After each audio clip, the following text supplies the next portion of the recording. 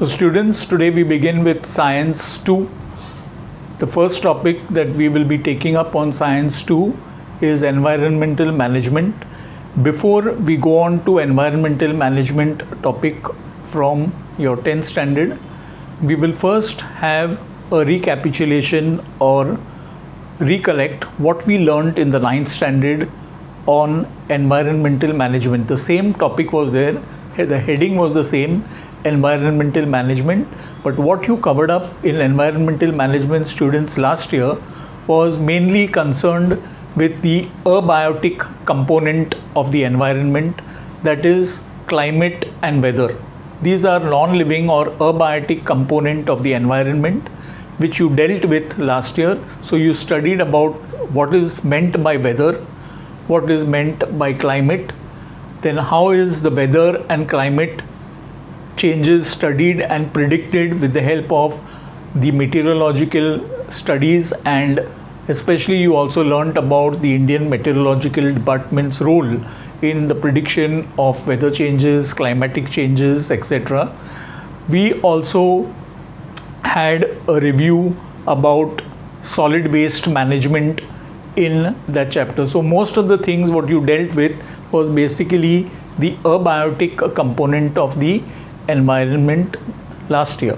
Now this year you will be mainly studying environmental management in context of what you call as ecosystem. So environment is a broader concept. Within an environment you have ecosystems. So you will learn the difference between environment and ecosystem.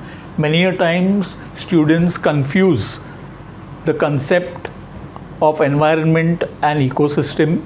They are taught to be the same, but not so, as you will learn when we proceed with this chapter.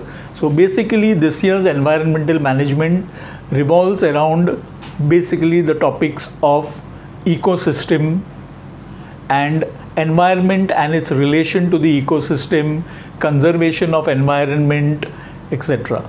Last year when you learned the topic, there was a topic that was known as energy flow in an ecosystem.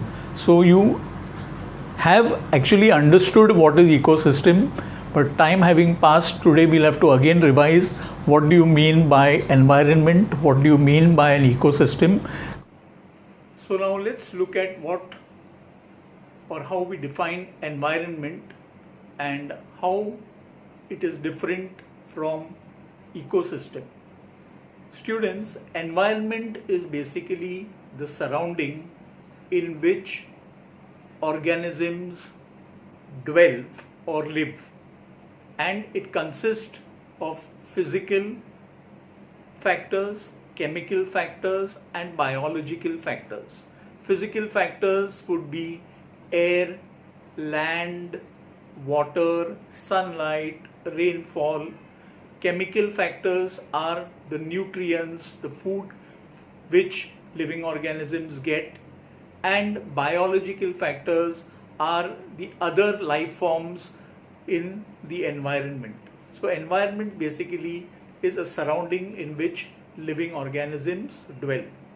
Now students, environment is of two types. You have the natural environment, which I just mentioned right now. The natural environment would consist of all these components like the land, air, soil, minerals, nutrients, etc.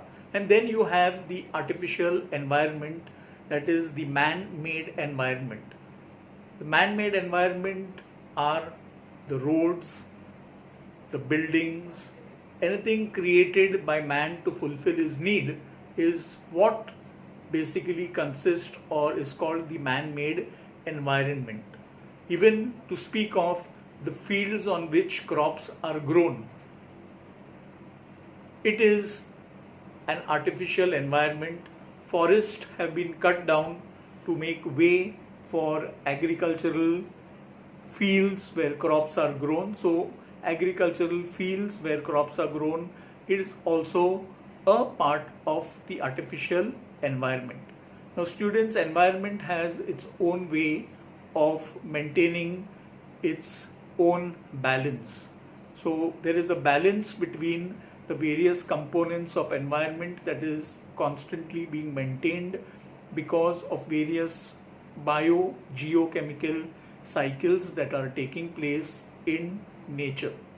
These biogeochemical cycles you learnt last year as the water cycle, the oxygen cycle, the nitrogen cycle, the carbon cycle, wherein thus these important components of atmosphere or constituents of atmosphere are recycled among the biotic and abiotic components and given back to atmosphere. So environment has its own way of maintaining its own balance. So now students, you have understood about what is an environment. Now let us look at an ecosystem. What is an ecosystem?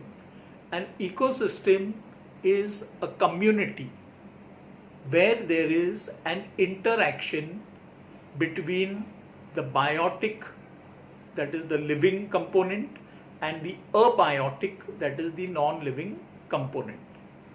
So ecosystem is basically an interaction between the biotic component and the abiotic component.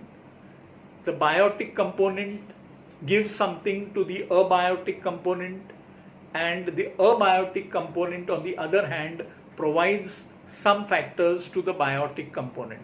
For example, let us look at the abiotic component, that is atmosphere, and the biotic component, the plants.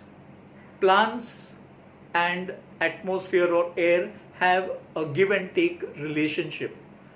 The give and take relationship in the sense that plants absorb carbon dioxide from the atmosphere, and through the process of photosynthesis and with the help of physical factors like sunlight, water, etc. present in the surrounding, they prepare their own food and they give out oxygen.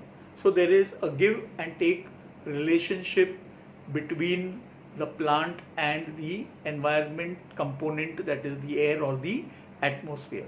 Students, every component in the atmosphere has its own importance or own role to play, be it the green plants, be it a small microorganism.